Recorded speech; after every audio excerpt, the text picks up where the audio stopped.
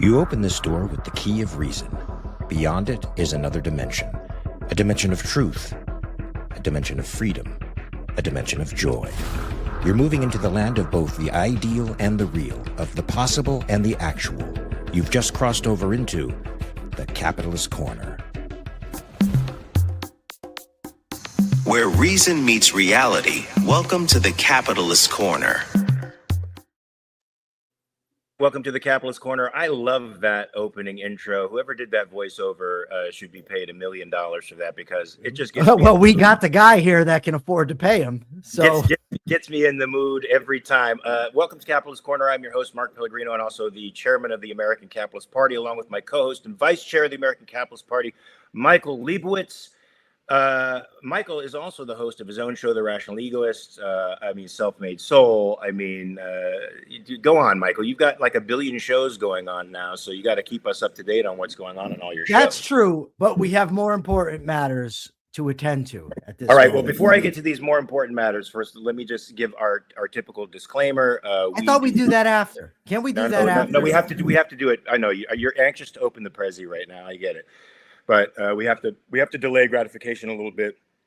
We are not affiliated with the American Capitalist Party, even though we are ranking members of the American Capitalist Party. If you want to know what the American Capitalist Party's policies are, please go to AmericanCapitalistParty.org and be a part of the change. We have a very special guest today, Razi Ginsberg. I know Michael's chomping at the bit to say something, Michael. So go ahead. Tell us what you want to say about our esteemed guest, Razi Ginsberg, also who commands Ayn Rand Center UK. For anybody who's curious, has a bunch of shows out on in podcasts.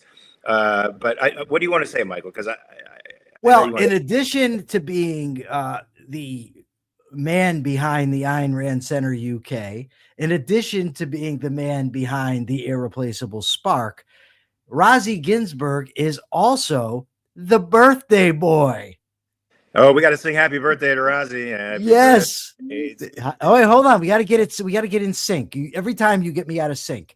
On three. You didn't tell me you were going to sing. I wouldn't have been here. I would have waited for a couple of days. All right. Happy go birthday, ahead. dear Razi. No, Mark, stop jumping ahead. I got to go solo, baby. I got to go solo because you'll be out of tune. Happy birthday. Right now. Happy birthday to you. Come on. Happy birthday to you. Happy birthday, dear Razi. Okay, all right. Here's the thing. I thought about it this morning, and it occurred to me: what can you? There's nothing you can give Razi for his birthday because the man has it all. Yeah. What is the rumors going around, Razi? At this right now, this present hour is millionaire's hour. I want to know where some of that money is. It's not rumors. It's Michael Leibowitz making stuff up. I mean, you guys have this fancy intro. You have the, fancy streaming software, the banner at the, I have a channel where we've been doing Zoom streams for years. So yeah, I think Michael Leibowitz is actually projecting here, and he has several billions hidden somewhere, and he doesn't want people to know about it, so he's accusing me of the same. By the way, if I was rich, you would know about, just like Tucker Carlson says, if I was an anti-Semite, you'd know about it. If I was rich, you'd know about it. You're confirming that you're rich then, because Tucker Carlson is an anti-Semite. I just heard it when I said it, but no. Confirmation. You heard it here, folks. We got $5 from Jenna Kleem, and thanks. Thank you, Jenna, because maybe after a few years I'll catch up to these other two. And that would be very. Oh, look, we got $4.99 from Katie Ellis. Hope you all had a great Christmas. Lucifer missed yesterday. All right. So, yeah, I've got shows out right now. I've got an interview with the Libertarian candidate for governor of New York, Larry Sharp. I got an interview with Sheldon Richman. I got Everyday Ethics today at 2:00. We got Self-Made Soul on the weekend. We got all kinds of stuff. But I want to know, first of all, Razi's take on Nigeria. Can you give us your take on what's happening in Nigeria? Not really, because I'm not following it closely enough. For me, if the U.S. bombs ISIS, that's a good thing, among the things. And the thing is, Trump, even when he does something good, it's probably for the wrong reasons. But I'd rather he do something good for the wrong reasons than something bad for the wrong reasons, which he does a lot of. So, yeah, bombing ISIS, good. Okay, so issue one here today, Razi's wrong. So we got to let's see if we can get his take on some other. I agree with Razi, by the way. So I guess that makes both. Of course you do, because that's what you do. Why don't we get Valiant up here and the three of you can have a hug fest where you all tell each other how sweet you are and all agree. Fun. That'd be great. That makes for great content. Oh, you're so smart. For members only content, but yeah, continue. You put that behind a paywall. You know, OnlyFans. What? Razi Ginsberg does not do an OnlyFans. All right, Razi, what else is it? Can I tell you something, Razi, that's pissing me off? Sure. It's the anti-Semitism that is running rampant now. It's in a way, as both of you know, I'm not the diehard defender of Israel. I don't defend all things Israel does. I have lukewarm support for Israel. I'm not their big defender, but the anti-Semitism that is hiding behind criticism of Israel is utterly reprehensible. You've got to have some thoughts on that, Razi. Yeah, I mean, on our channel, we've been talking about what went on in America Fest, basically for almost the entire past week. But one specific point that's interesting that many people have made is Ben Shapiro in his talk at the beginning never mentioned Israel, and everybody responding to him mentioned Israel, and they all talk about him being Israel first. And Israel first, of course, is not something that anybody who supports Israel ever says.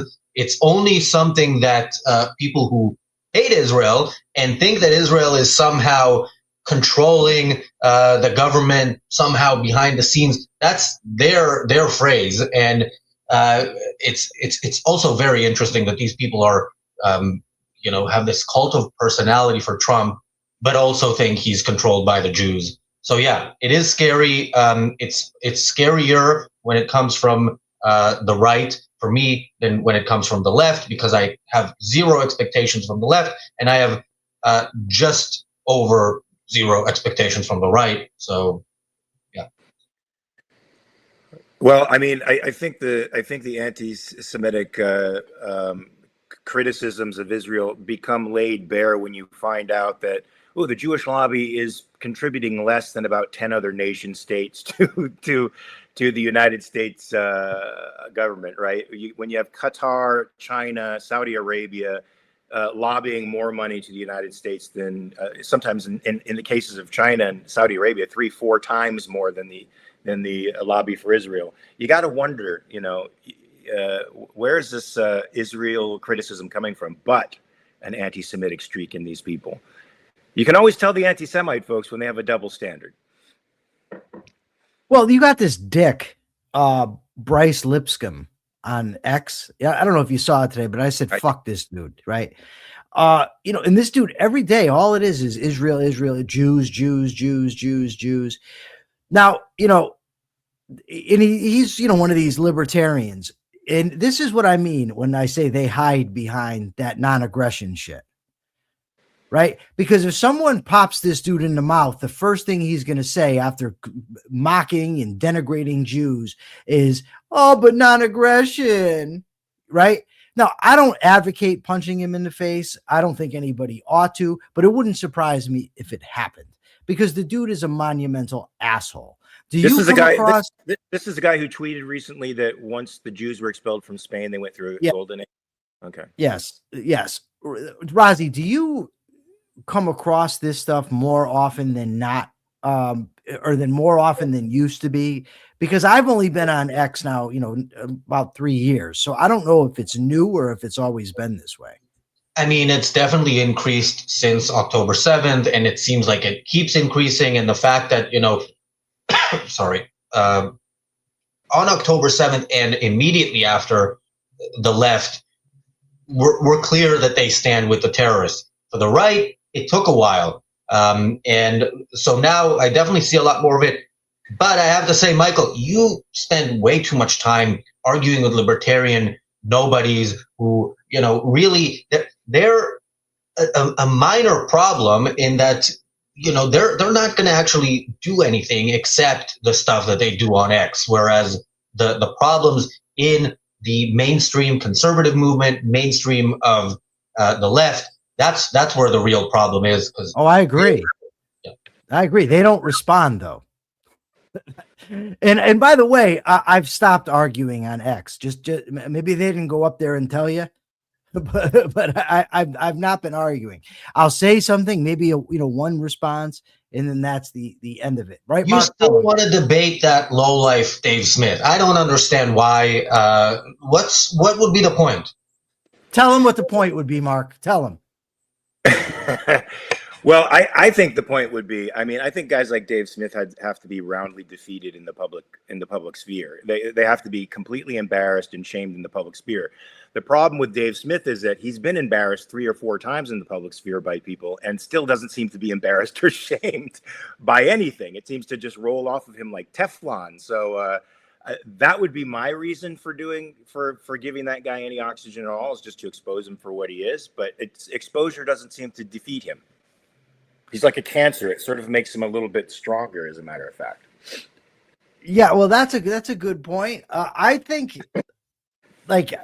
my view on this, Razi, is there's so many different branches out there of things that need to be defeated in order for people like us to win, right? In order to advance liberty, we have to demonstrate what liberty actually is, and we have to be able to take the liberty message away from the people who have had it for so long that are just wrong about it, right? In order to defeat the information systems, we have to show how it's all grift, whether it be mainstream media, Tucker Carlson, Candace Owens, those types of people. And then there's the, debate pundit class that Dave Smith represents. And I think that needs to be defeated. Now, one person can't do it all, obviously, but I do think that all of these things need to be defeated. And I think libertarians and anarchists are the biggest obstacle to the liberty movement right now. Oh wait, but you missed NM. I think that was an interesting super chat. She gave us $2. She wanted to know how you landed Leonard Peikoff for the Irreplaceable Spark conference. Oh, well, I'd love to say there's some magic behind it that I can't reveal, but the thing is, he had a talk that he wanted to give, and we happened to have a conference in that area. Now, we happened to have the conference where it was because I thought, okay, this is halfway between Mark Pellegrino and Leonard Peikoff. I would like at least the opportunity for both of them to speak, and making it easy for them to travel will make it more likely that they will speak there. And luckily that worked out in both cases. So. Wait a second here. So I've been announced as a speaker at the next Irreplaceable Spark in Texas. How come it wasn't put for me where I am? Well, like you did for those two. Well, because the success of Spark 1 means that we can now afford a Spirit Airlines flight from Connecticut via several places. I think you'll have a few connections to eventually get to Austin, Texas. So you can't just send me your jet. That is my jet. Okay, so one of the things I love about you, Razi, is that you're not afraid to ask the impossible of people, and then you find out that the impossible is actually possible. Speaking of asking the impossible, Mark, can you share this from X, please? From my X. Oh yeah. Every day we have to go through this. Razi, I like numbers, has a $2 super chat, wants to know who you think objectivists should debate. That's a tough question. I generally agree with the general position among objectivists that it has to be somebody who at least is, honest or seems to be honest in wherever they're coming from, even if they're wrong. Where you actually draw the line, I don't know. I'm not a debater. I'm, not good at it. So for me, it should be nobody except Mark Pellegrino when we're debating wrestling. But when we talk about somebody like Dave Smith is so obviously dishonest. And you see it when he talks, and you see it when he debates.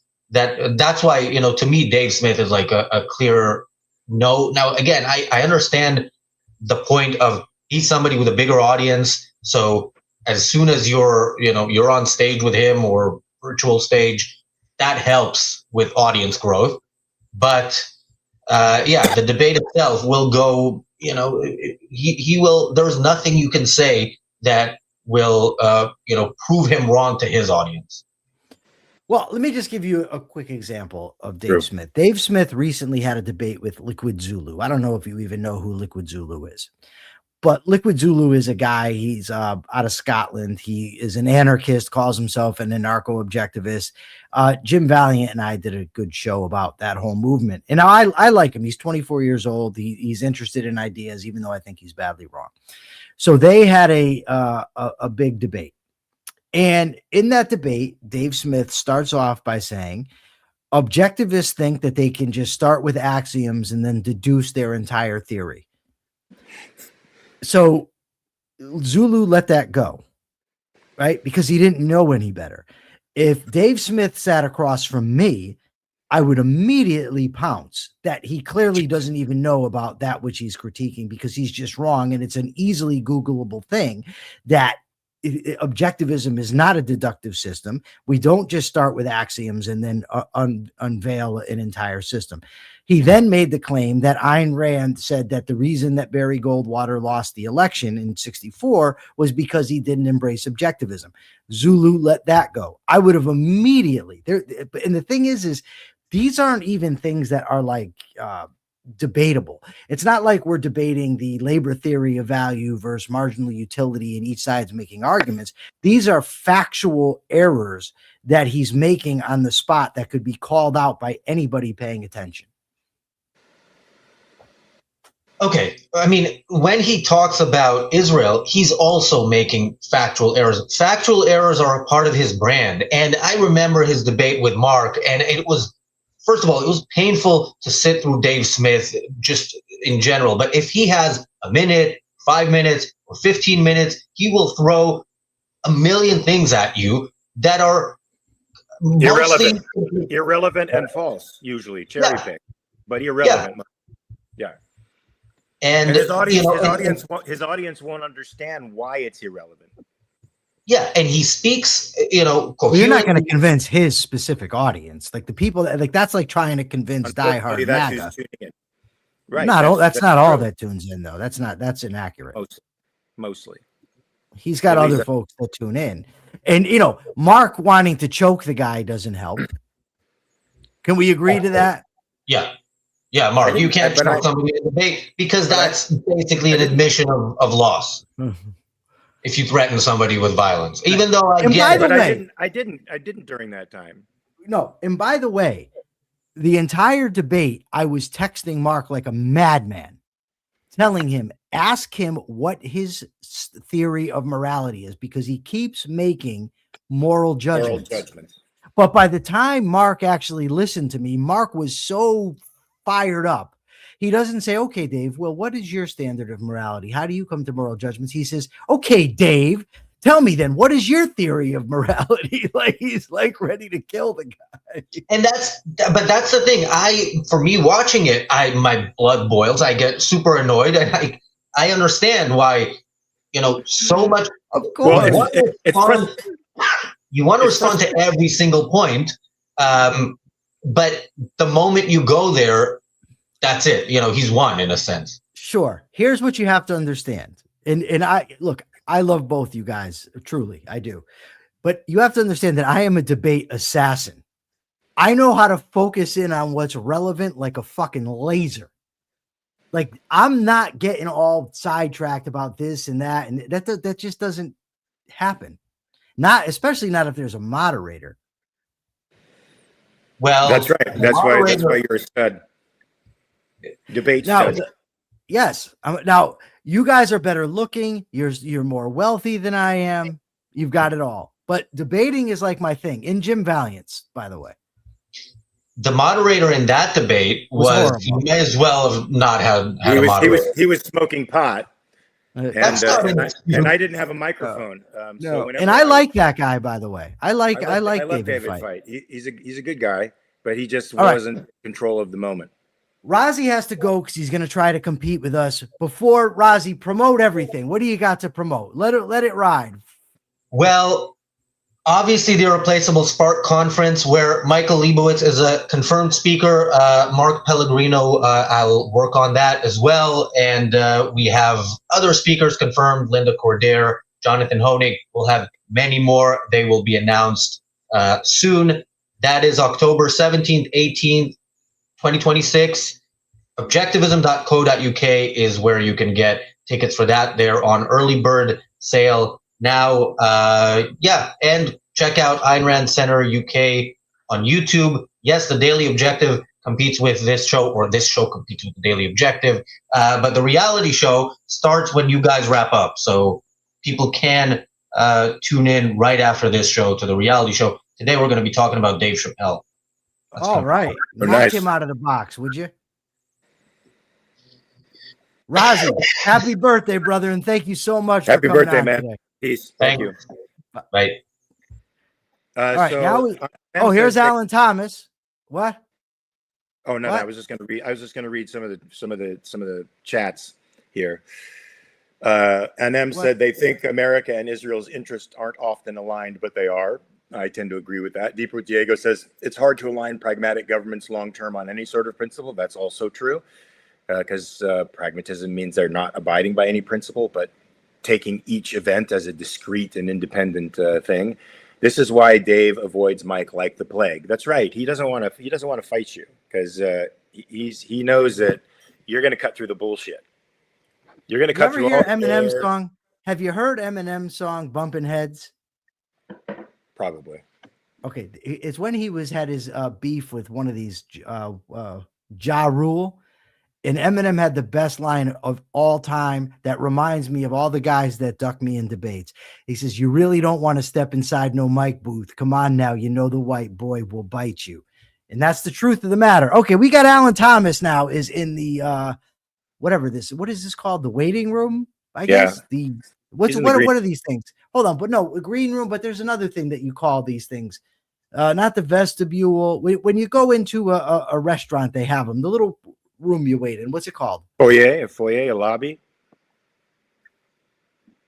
I don't know. Maybe the lobby. I don't know. I can't remember. But at any rate, let's get him on here. Alan. Atrium is the word you're looking for. Atrium works as well, but I don't know if that was the right one. Maybe I'm just all wet on this one and I won't remember.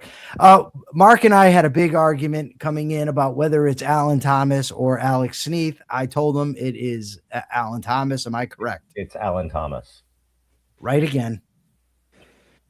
Well, good. I thought Alan Thomas might be your nom de guerre, but it's. I guess here we go. This is the real. This is. Want me to translate that for you, Mikey? No, I don't want to hear the French. We've got a genuine PhD on the show today. Can we at least pretend to be professional at this point and not try to show off with our French? All right. So Alan is the treasurer of the American Capitalist Party, and he's also at the forefront of something that's going on in Alabama right now. Alan, why don't you tell us what's going on in Alabama as we speak? A whole lot of corruption, to sum it up briefly. So yes, I am Alan Thomas. I am the treasurer of the American Capitalist Party and a retired investigative journalist with a PhD in political science. So when in my backyard, I learn of a case in which an individual's free speech is violated, the protections and defense of his home are consistently violated, his freedoms and liberty are violated, it becomes a case where the American Capitalist Party needs to pay attention and take a stand on this particular issue. So in specifics, we are talking about the case of Jerry Lee Clark. Jerry Clark lives in Shelby County, Alabama, which if I can share a screen with you guys. Can he Persephone's got to help here because I don't know what I'm doing. No, I got it. All right. I think I've got it. Yeah, don't show these tips again. Blah, blah, blah.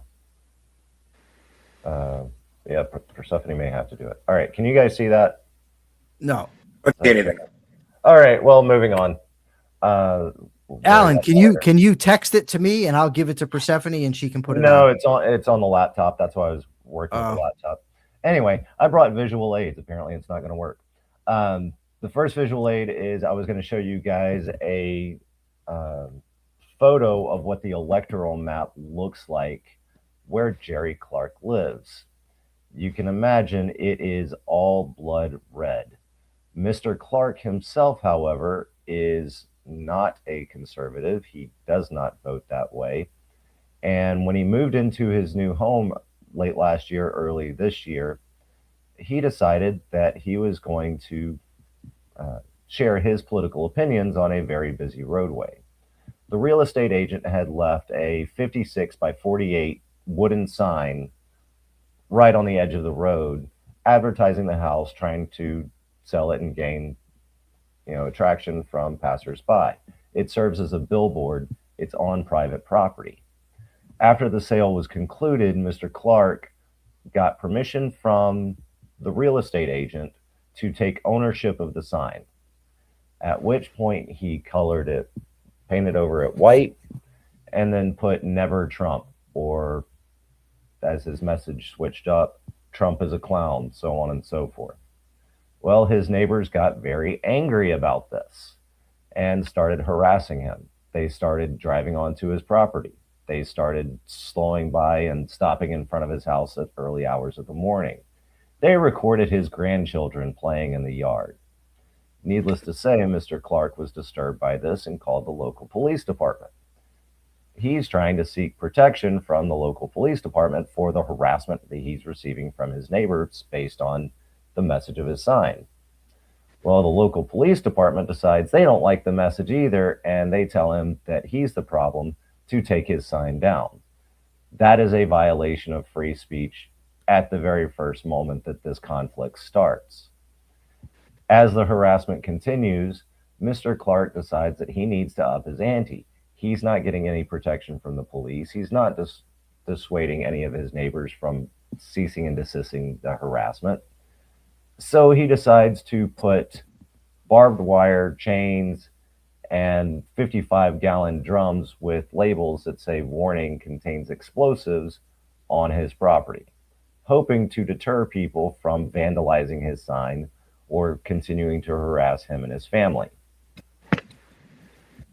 This happens over the course of 4 months, and as they escalate, he escalates, and it ultimately amounts to him receiving an involuntary commitment order from Shelby County, Alabama, which says it is a pickup for him, involuntary commitment, based on reports of weapons in the home and reports that the respondent has access to multiple firearms, explosives, and other weapons.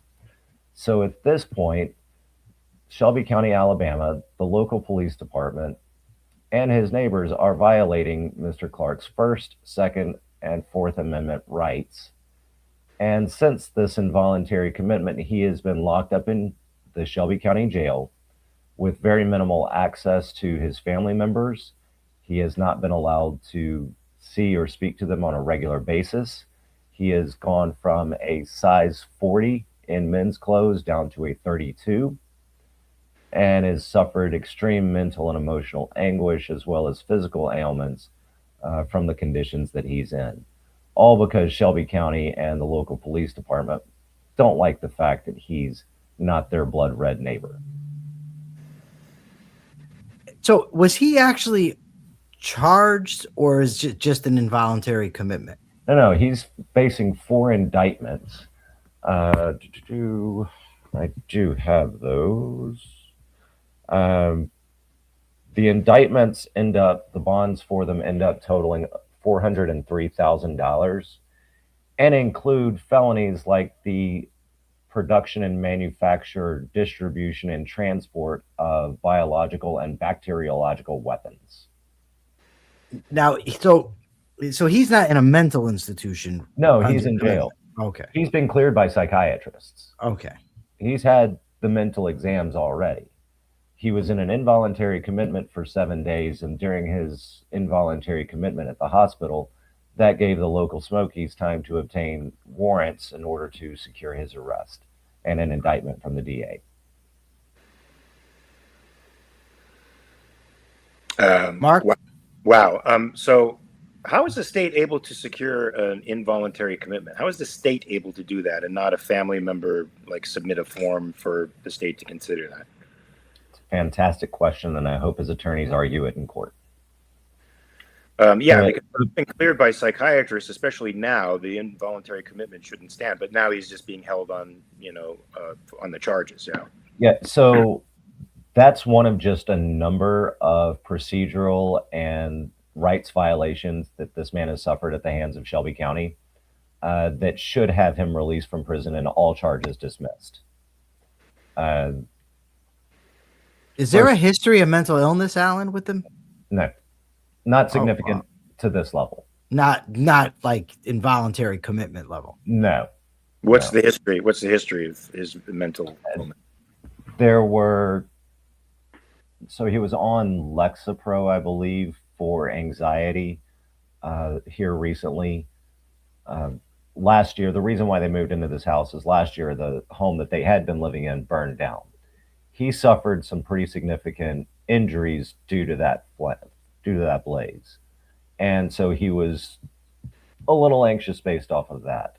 There's another incident or time period that I'm aware of, and I want to say it's 10, 20, a significant amount of time in the past, where he was being treated outpatient for basic mental health issues that any one of us could deal with. Yeah, I just looked up Lexapro because I wanted to be certain, but Lexapro is a selective serotonin reuptake inhibitor. I take a selective serotonin reuptake inhibitor and have for about 15 years. Like 70% of the population takes those. Yeah, and so I just want to be like, this is not an antipsychotic medication. It's something that treats depression or generalized anxiety. Correct. And have they been? I thought I remember reading something about antipsychotic drugs that were being given to him. It said he was prescribed. Hold on, let me get this right. Haldol, which is an antipsychotic, and Depakote, which is a seizure medication. Yeah, It treats Depakote treats bipolar disorder, but that's off label. It's really an anticonvulsant. Mark, that's a separate issue altogether, and one that we definitely needed to talk about in this conversation. Let me come back to that. Two things in the chat that I want to address real quick. Jim Valiant has joined. Yes, sir. It is definitely Section 1983 needs to be raised here. The actual charges he's facing are harassment, 2 counts of harassment, 1 count of reckless endangerment, 1 count of unlawful manufacture of a destructive device or bacteriological or biological weapon in the 1st degree, and then 2 counts of possession, manufacture, transport, or distribution of a destructive device. Now, Alan, I'm sorry to interrupt, but I want to be clear on something. This charge sounds like it's a hell of a package deal. And what I mean is, so he was charged because he put explosive devices around the sign, like things that would explode. Okay. $300 worth of fireworks. Okay. But to be clear, there was nothing about bacterial or biological weapons involved. That's just combined in with the other charges.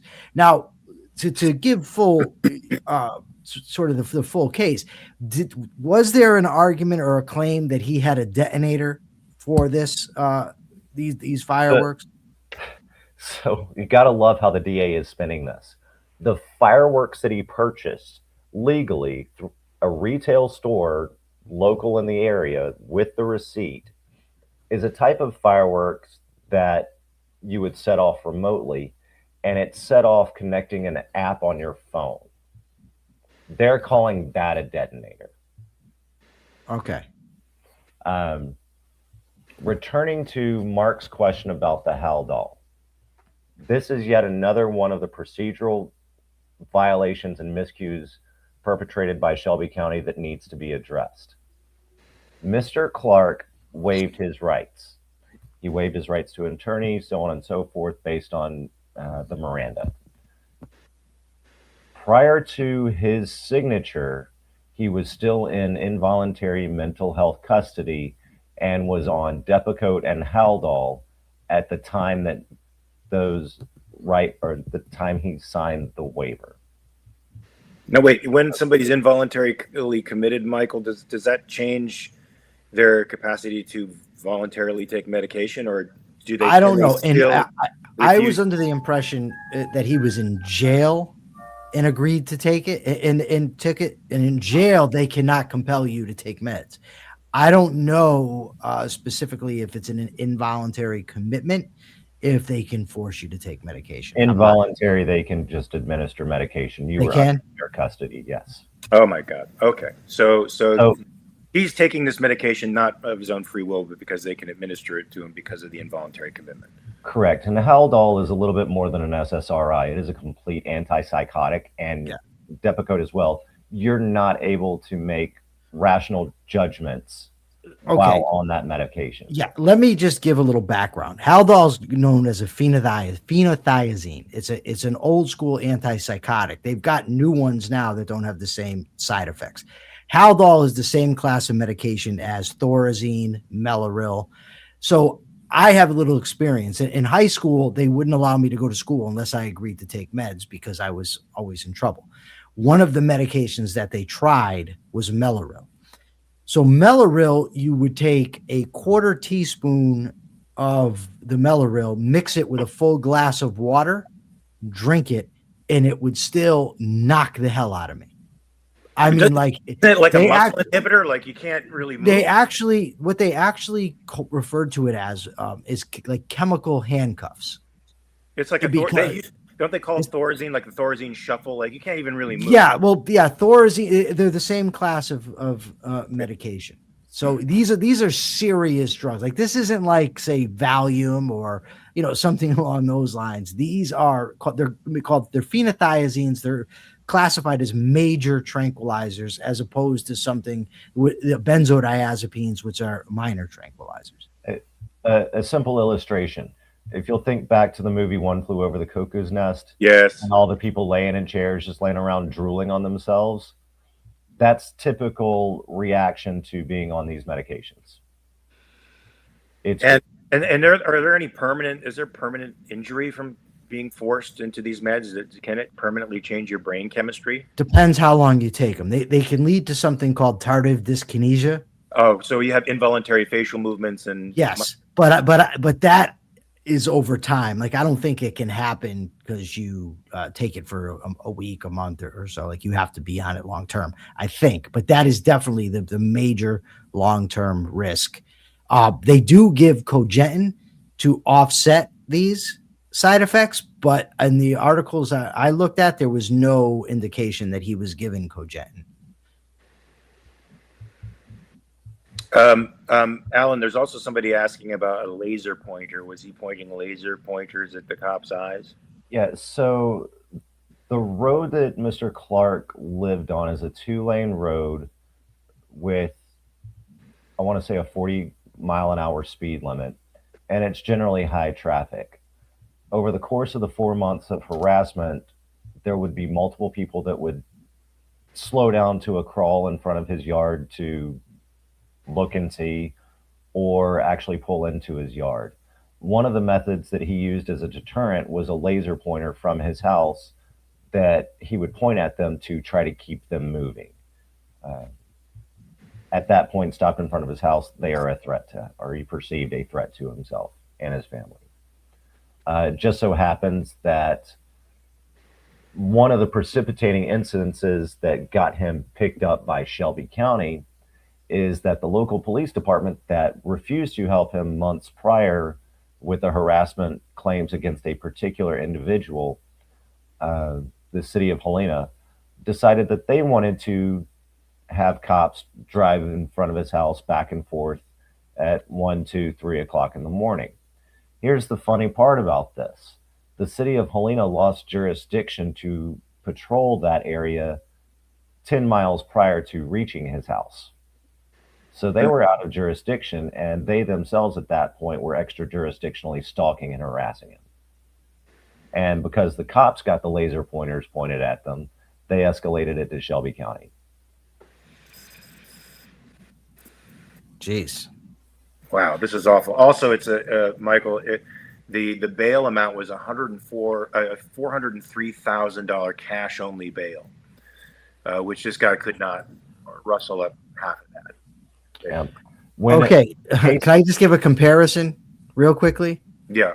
Okay, so I was charged with conspiracy to assault one, a conspiracy to burglary 1, hindering prosecution, reckless endangerment. I had 3 second-degree assaults.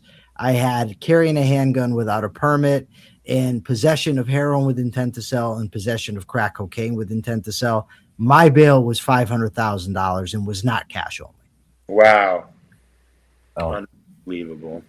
more procedural irregularities with this case that should be used as grounds for dismissal, or yet another claim for grounds for dismissal, is the bail was originally set at $200,000 and it was bail.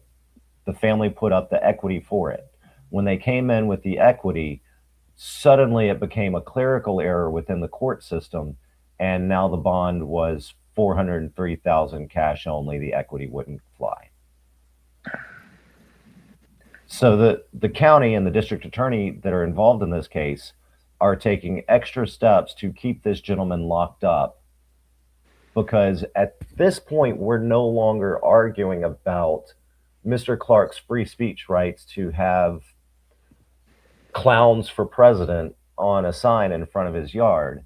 Now we're talking about covering up the corruption that exists within a local community that prides itself on exercising its power in any way possible. Now, Wow. in the organizations like the ACLU, they won't help until after a trial, correct? Yeah, so the ACLU in this one, and I would like to personally follow up with them. Christmas has sort of messed that up, but it's still on the to-do list. But the ACLU, as far as I understand it, is not going to step in this particular case until after there is a judicial appeal that can be put before an appellate court, and that requires a conviction first.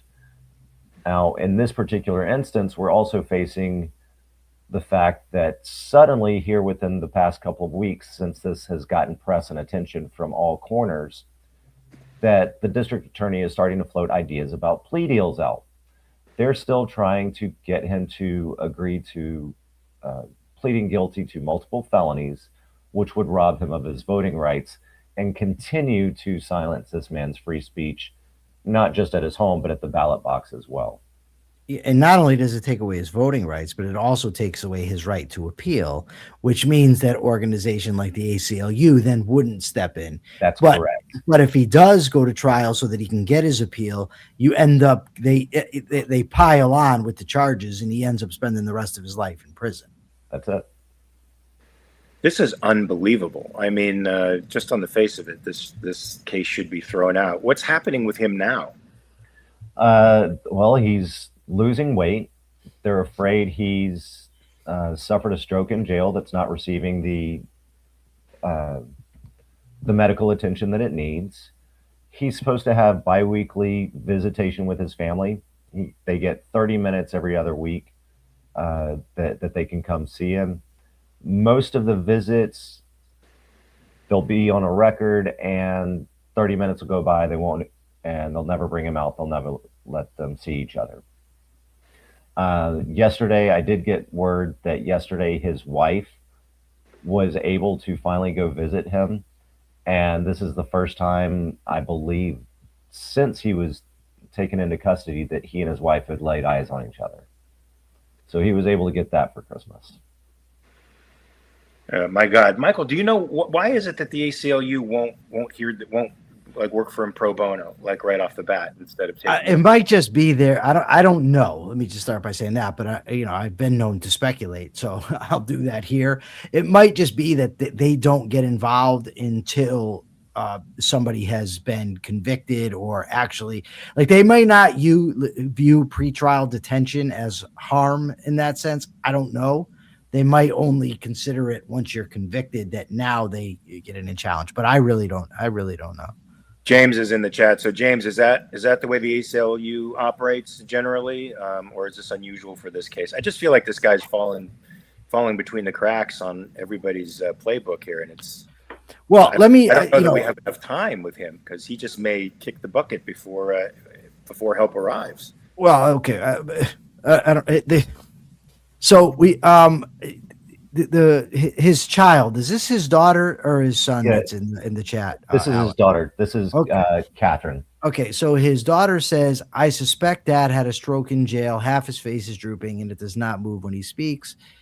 Yeah, she says that the criminal charges have to be handled before ACLU can step in, is what they were told. Okay, so just so people can understand the medical situation in prison, my friend Brent, when he was first incarcerated, had been shot 6 times. Piercing his intestines. So he had multiple times suffered with bowel obstructions.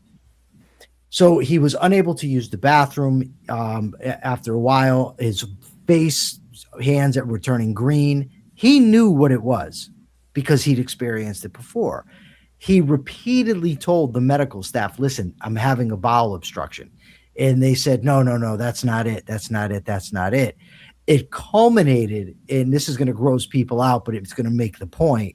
It culminated in Brent projectile vomiting feces all over the doctors who had been telling him, no, it's not a bowel obstruction. And finally, after that, he received his attention. So now that's pharma. Yeah. Now that is in liberal Connecticut. So I cannot imagine what the healthcare is like in a prison in Alabama. If you want an idea of what any care is like in Alabama prison, I'm going to recommend that everyone watch HBO Max's Alabama Solution. It's a documentary about the prison systems in Alabama, the level of corruption, the amount of criminal activity that's perpetrated by the Alabama Department of Corrections and their employees. Alan, can you post a link and tag me, and then I'll share it as well? Yeah, I will. Okay, thank you. Yep. The situation is that aside from the overcrowding, there's a significant level of understaffing that occurs in the prisons. Medical is few and far between. Often the medical system is outsourced to local hospitals, which with the number of hospitals that have been closing in the state of Alabama, those are even getting less and less. It's, 500 men in a concrete room with no bars, no barriers, no cots, sleeping on floors. What do they, what do they have them in, like canoe beds? Something like that, little cots. And these are state prisons, not necessarily the county jails that were being exposed here, but the conditions are largely the same in all of them. A lot of the county jails are, some of them are over 100 years old and haven't been updated since the 30s or 40s. And so you've got plumbing problems, electrical problems, no heat in the winter, no air in the summer, and the conditions are just absolutely atrocious. It might as well be CCOT. And this guy's been trapped in there since the summer, yeah? Since June. Unbelievable. Michael, I mean, this is great. It seems like this needs a little expose from you.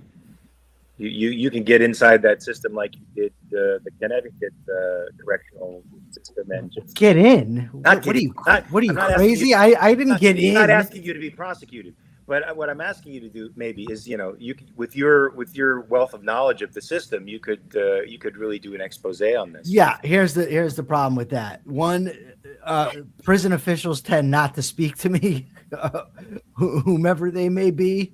They have an idea of what it's about, but I mean, I could certainly, call. I don't know how much help it would be, but I'm certainly not getting in. I can tell you the system and how to navigate it. I can't believe this guy just said you could get in the way you got in Connecticut, as if I was welcome with an expose. I didn't mean it that you had to commit a crime to actually get in and do an undercover job like the 90 days in. But what we definitely can do, if his daughter would like to come on this show, we could definitely have her on to discuss it. For sure. I don't know if she'd be interested. Some people don't like doing interviews, whatever. But if she's interested, we'll give her the platform to discuss it. For sure. Mark lives in a movie world. It's as if it's Prison Break. I don't actually. But you know what though? Also, I got to think because I've still got the brain fog from the COVID. But there's a woman I know. I just can't remember her name right now, but I'll find it and I'll get it to you. Somebody's opening the garage, so everything's vibrating here. But and what she does is she has a podcast that is devoted to how incarcerated people are connected to their families. And that might be another thing to, another way to sort of attack it. I'll figure out her name. I'll remember it later on and I'll get it to you, Alan. All right. So what's the American Capitalist Party doing for him right now to aside from giving air to this so that people can see it and spreading the word so that people get outraged as they should over what's happening in this format? At this point, we are still gathering documentation and following the story like a hawk. We're not going to let this get snuffed out, and we're going to keep it on the airwaves and keep people aware of the situation. You don't just go around violating free speech and a man's right to protect his home and family without standing up for it. What they will do to this particular gentleman, they would do to anybody. And as the party of rights, reason, and liberty, we have to take a stand and make sure that everyone's liberty is held inviolable. Ariana says we're working to coordinate with other groups as well, rallying for a unified front for efforts. That's good. I know I'm trying to enlist a couple of folks from the Supernatural family in the cause. They're right now doing their own research on it, so hopefully they'll find common cause in this with us and throw their significant weight behind this man's cause. Because just one word from these guys can really blow the lid off of a case like this and open it up to millions upon millions of people. Mark, something's wrong with your mic. Is everybody hearing the problems with Mark's mic? Okay, I just want to make sure. Oh, what's going on? Well, now it's perfect. How did you know how to fix it if you didn't know there was a problem? I don't know what's going on. You knew something. I told you, and then a switch got hit, and voila. No, nothing. I didn't touch anything. He moved the mic, and the wire reset itself. I just said that I'm actually trying. Alan to the rescue. As always. I'm trying to bring some folks from the Supernatural family in on this cause and hopefully use their significant social media platforms to help this man out of a very, very unfortunate situation for him. I mean, folks, he's been out in custody since June. This is unbearable, and it sounds like cruel and unusual punishment, to be honest with you. And it is cruel and it is unusual, except for in the state of Alabama, where it is completely usual. And that's a larger issue more than just this particular case. And it's unfortunate that Mr. Clark is falling victim to it, but that is just the state of affairs in Alabama with its prison systems. The Department of Justice is aware of it and has placed it under receivership on a number of occasions, but it hasn't actually solved the issues. But that's another story. Wow, unbelievable. Well, thank you, Alan, for bringing this to our attention and making it public. Michael, you have anything further to say? Or? Just Alan, if you want to coordinate for us, we'd love to have his daughter on this show, and I will get you the information about the podcast that I'm talking about. It's called. I just looked it up. It's called the Hidden Sentence. The Hidden Sentence. Yes. What was that music? Sorry, phone ringtone. Also, Jenna asks, will we reach out to the bad guys to give their side? I wouldn't have any problem interviewing them, but I seriously doubt they'd come on here. Just yeah, I doubt. You want me to interview the DA? Happily, I'd love to get the DA on record, but I doubt the DA would do anything other than continue to cover up their own crimes. Absolutely. Let me just let me give you a little context. When I first got on the air, you're right. When I first got on TIC, a radio station doing interviews from prison, about my book, Down the Rabbit Hole, How the Culture of Corrections Encourages Crime, there were always people who would call the station and say, you need to let the officers in the system, they need to be able to give their side. The host of the show, Todd Feinberg, basically gave an open invitation to anybody from the Department of Correction that wanted to come on and refute me. And, yeah, you know, it's been 6 years now. Not one ever cared to go on the air. None. Yeah. The last time the quote unquote officials or bad guys had any sort of quotable for this story, it was shortly after his initial arrest and detainment, where they said that the explosives that were being investigated really were nothing and it all was harmless. And that's about the last thing they said. But now they've got him on terrorism level charges for some harmless fireworks. Unbelievable. Also, I wonder if James Valiant has any ideas with respect to pro bono legal work that this, you know, organizations that will help this guy out. Hopefully, James can write something there in the chat because his daughter is here. Awful. So we've reached out to FIRE, Beach Legal Organization, waiting to hear back from them. He being Mr. Clark, has the support of a candidate running for Alabama State Supreme Court. She's working closely in it. I've got a couple of attorneys that I'm aware of that are helping me infiltrate the system and get court records out of their servers and into public view. So we are working to expose this and get him the legal assistance that he needs. Excellent. Good. Stay tuned, everybody, because yes, we're going to stay on top of this and make sure we protect individuals' right to free speech here. Yes. And please connect us with his daughter so we can have her on. That's done. Okay, perfect. All right, Alan, thank you so much. Thank you. Thank you. All right, Mark. You want me to give the capitalist thought of the day?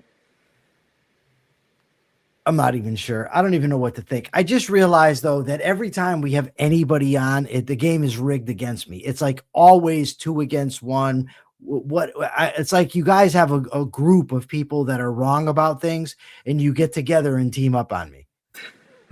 Except for Persephone, but that's only because she's got a crush on me. Sounds like paranoia, my friend.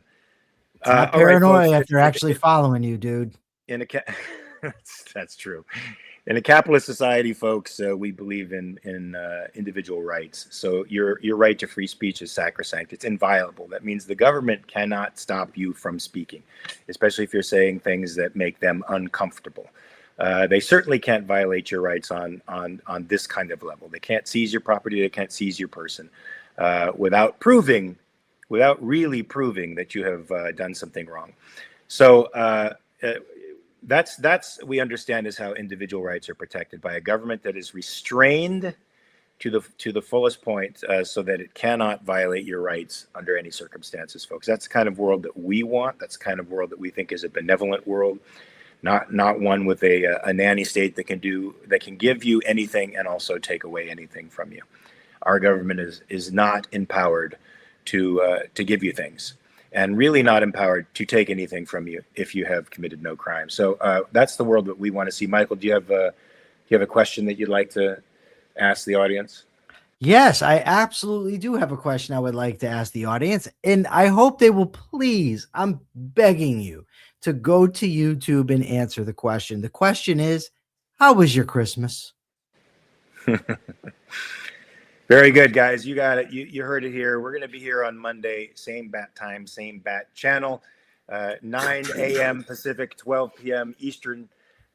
Make sure to check your premises over the weekend, folks. If there's any statism and you get it out, it's just bad for your health. Bad for everyone. Everyday Ethics today is going to be at 2. I'll be doing it 2 o'clock, early start. All right, folks, you heard it. Everyday Ethics at 2 p.m. Eastern time. And what is that, 11 our time? 12, 1, 2. Yeah. 11. It's a 3-hour difference, dude. It doesn't change. No, I know. I was. Oh, and by the way, just so everyone knows, contrary to Mark's suggestion, I will not be returning to prison so I can get the scoop.